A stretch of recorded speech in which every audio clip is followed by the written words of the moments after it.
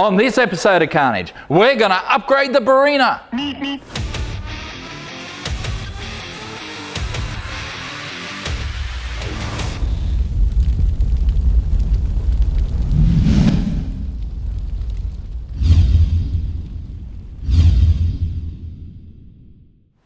This is our Holden Barina. It's a late 90s Econo box based off the Opel Corsa B out of Europe. Over there they're considered to be a bit of a boy racer car because a lot of guys like to hot them up. Here in Australia it's really considered to be a girl's car. But disregarding all that, this thing has an Opel 2-litre motor out of a Calibra in it, which means it makes a lot more power than Holden ever intended. We paid just $500 for this thing. Ain't she a beauty? So it might just be the most fun per dollar car that we've ever had. We've dynoed it.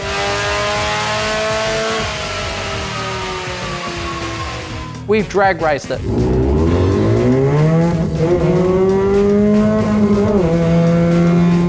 We've hill climbed it. And it's been a blast. But now it's time for some upgrades. We have been planning this for a while, so we've got new springs, new shocks, plus some strut bushes for the front end. So we're going to strip off the wheels and the suspension and get this stuff in the car.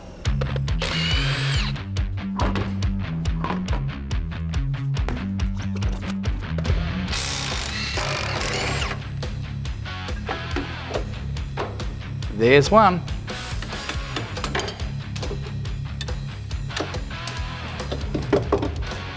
There we go. Ooh, they're red and pretty. All right, so that is going to have to go on there. So probably like that. Alrighty, well, we better break down the old ones so we can get our strut tops.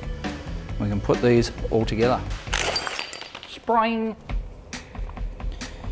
That was under there, that was on top of there, that was on top of that, that was under that, that went in there.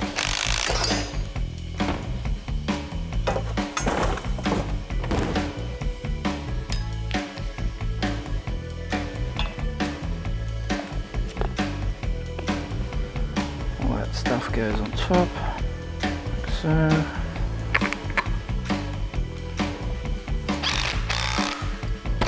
That's one.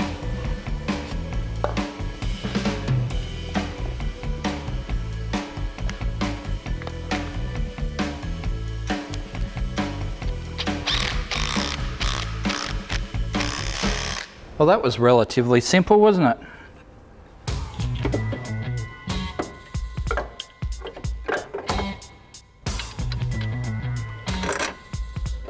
There we go.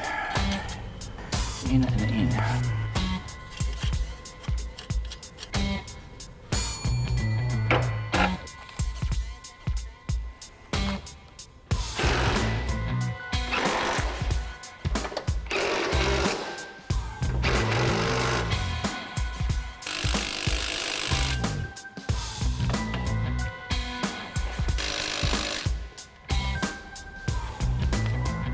There we are, front end done. Because this thing's a bit of a poverty pack, it's got drum brakes on the rear, and that was probably good enough for 1.4 litres up the front. Because we have 2 litres up the front now and we use this thing for motorsport, we definitely want discs on the rear. So we're going to replace the whole rear axle assembly with one from a newer model XC Barina. So that'll give us disc brakes, more safety, more betterer. There we go.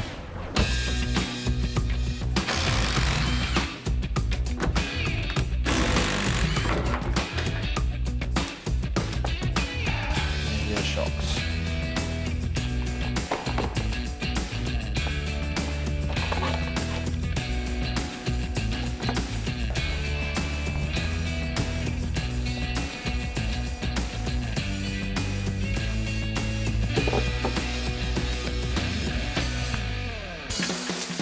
So before we pull this rear end out, I'm just going to take this heat shield off to get to the handbrake cable, so we can disconnect those, because those probably will not be the same as the ones for the drum brakes. And then we can drop the rest of the rear end out once we undo the brake lines.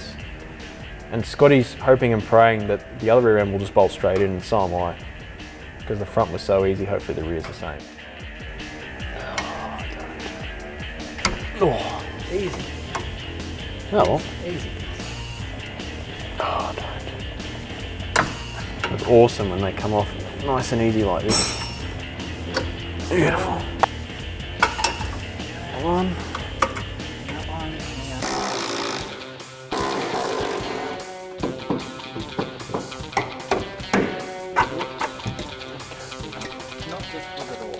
Now we'll just put the 9" in and we'll be sorted. Oh, please fit. I beg of you. Look at that. All right. Look at that. This is the moment of truth. Does it line up? I think it lines up. It does. Screw in. Is this bolt the same? I reckon this is too thin. The bolt is not the same. But it all fits. It's sorted. So yesterday we hit a bit of a stumbling block with our brake lines for our disc brake conversion.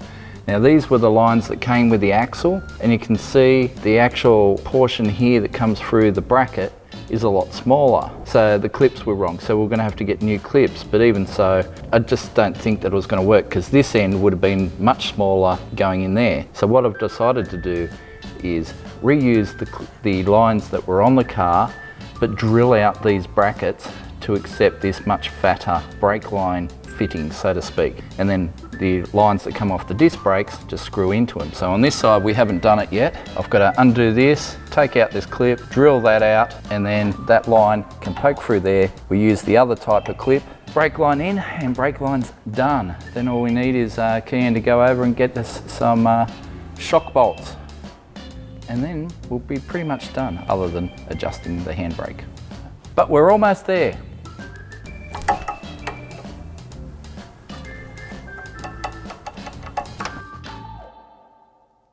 Because it's only fairly thin metal, we can get away with doing this. And I know where I've got to go to, which is the second step.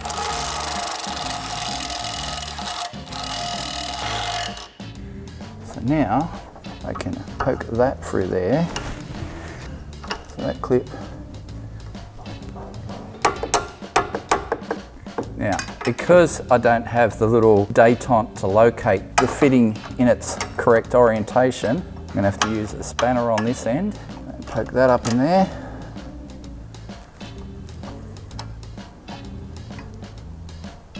And there we are.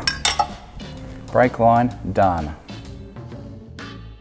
So these are the kinds of things that will trip you up when you're doing your conversions. Now we're putting disc brakes in this thing, changing the whole axle, but we didn't account for the fact that the bolt holding the rear shocks in was significantly different. I mean, look at the size difference there. That's quite large. So these are our new shocks, which would have worked with the standard setup, but now we have that XC rear axle in there. We need that. So it means we have to buy new shocks. These are from the wreckers. We bought them cheap so we could test that they were actually going to fit. They will fit. So now we have to go down the shop and buy some like that, but like that. So we're going to change the springs and shocks anyway. So we've got a new set of springs, obviously.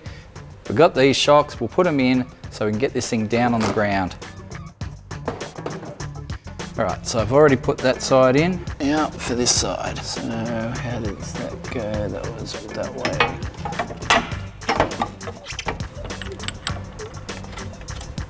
Okay.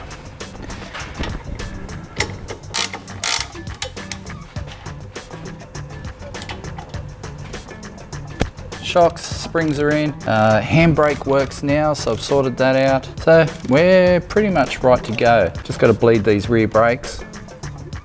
We'll be all good.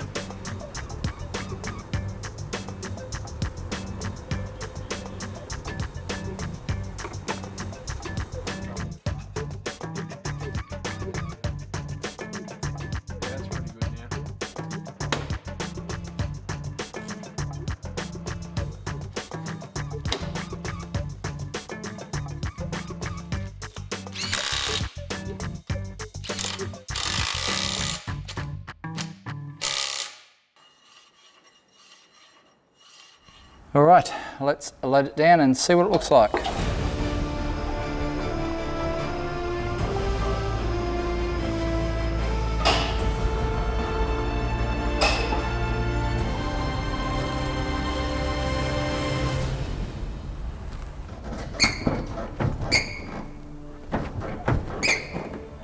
A lot firmer than it was.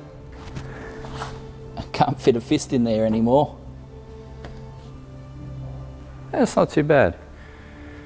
We could probably go down another inch in the rear, to be honest, but the front, it's okay. All right, so we're back on the Barina today and we've only got a little bit of time left to go before we've got to take it out to the track. So a fair bit has changed. Got our nice racing seat in here from the boys at Speed Parts. Scotty's adapted it to the factory rails, which means full adjustability, which is important in a car like this, because unlike most race cars where we just fix it for one driver, we're going to have a lot of people driving this, so we want that adjustability.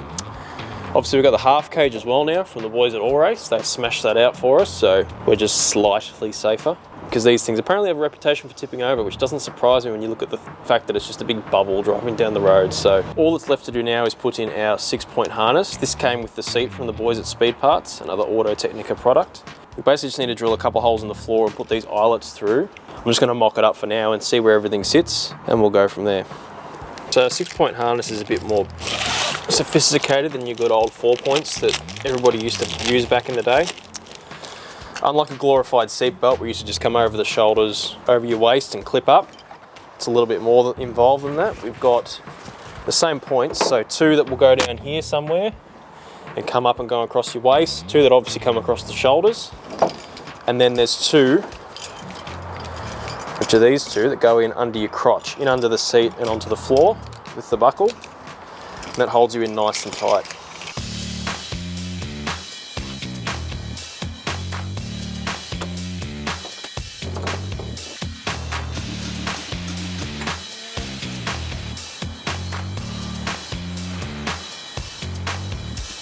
So I've loosely measured up where I want these squares to go for the plates. They don't have to be perfect, they're going to be under the car. Their real job is just to be there as strength. They're not meant to look pretty, so just got some 3mm plate. I'll cut them out. I'm going to have to use the butcher's machine because we don't have anything else at the moment that will be able to cut something this thick. But we'll butcher them up, get them to fit first, drill the holes for the eyelets, and then we'll throw some paint on to cover up my horrible grinding. Number 1.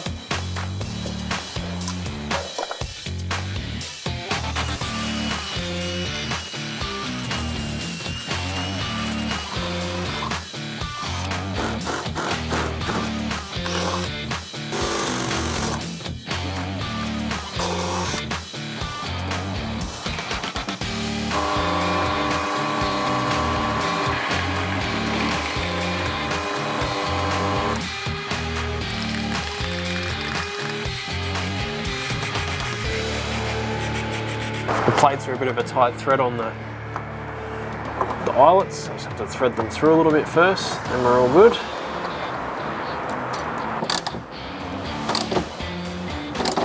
Alright, looks pretty sturdy.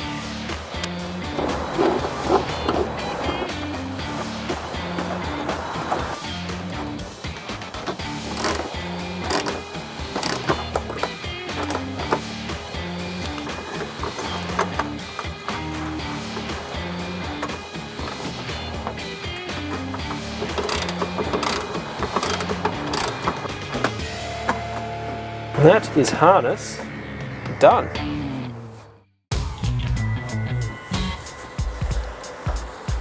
The shoulder not twisted, good.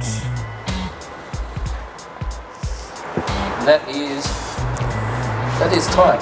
It's nice and Not going anywhere. not going nowhere. Well, I reckon we should head out to Bryant Park because this thing's got new springs, new shocks, race seat, race harness, roll cage. We've tipped a couple dollars into it, but hopefully that all translates into quicker times around the track. So I reckon, let's go racing.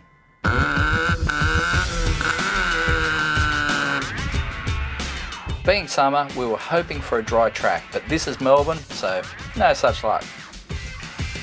Let's have at it. All right, who's first? You are. Bubba volunteered to go out first for a few warm-up laps, and we know he can warm up a car with the best of them.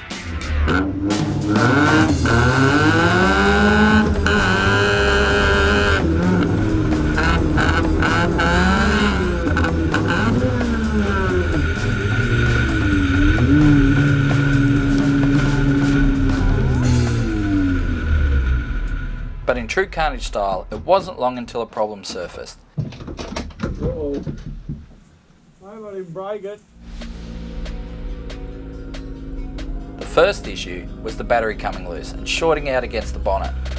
But even before that, we were noticing that the Barina had developed a strange misfire, which would see the car cut out at 4200 RPM or thereabouts. It wasn't all the time, it was totally inconsistent, and it was annoying the hell out of us.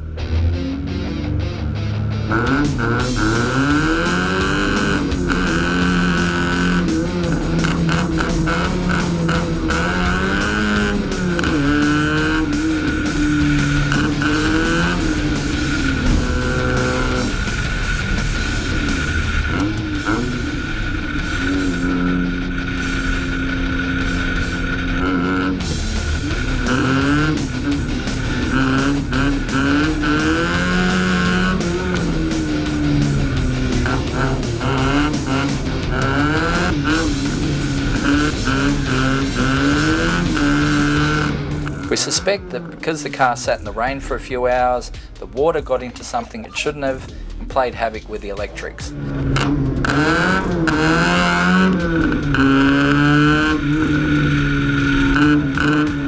So we decided to put it away for the day, come out another time. Well, that was a bit of a letdown. In the last few weeks, we've tipped about $2,000 in the little Barina, which sounds like a lot of money, but that's brakes, suspension, a whole bunch of safety gear, including a roll cage. So it's kind of worth it when you think about it. And out at the track, the car felt awesome. Sometimes it revved right out to 7,000 RPM and it felt fantastic. You'd tip it into a corner and it handled like a dream. And then other times, 4,200 RPM, halfway down the straight, you'd just be like, no! Well, hopefully it's all dried out now and problem's gone away. We're gonna run it up on the dyno, see how it's going, but maybe the problem's still there, and if it is, maybe we need to wire in something like a Haltech 550, one of the cheaper ECUs. It'd be great for this thing. And if we do that, you'll see it all on a future episode of Carnage.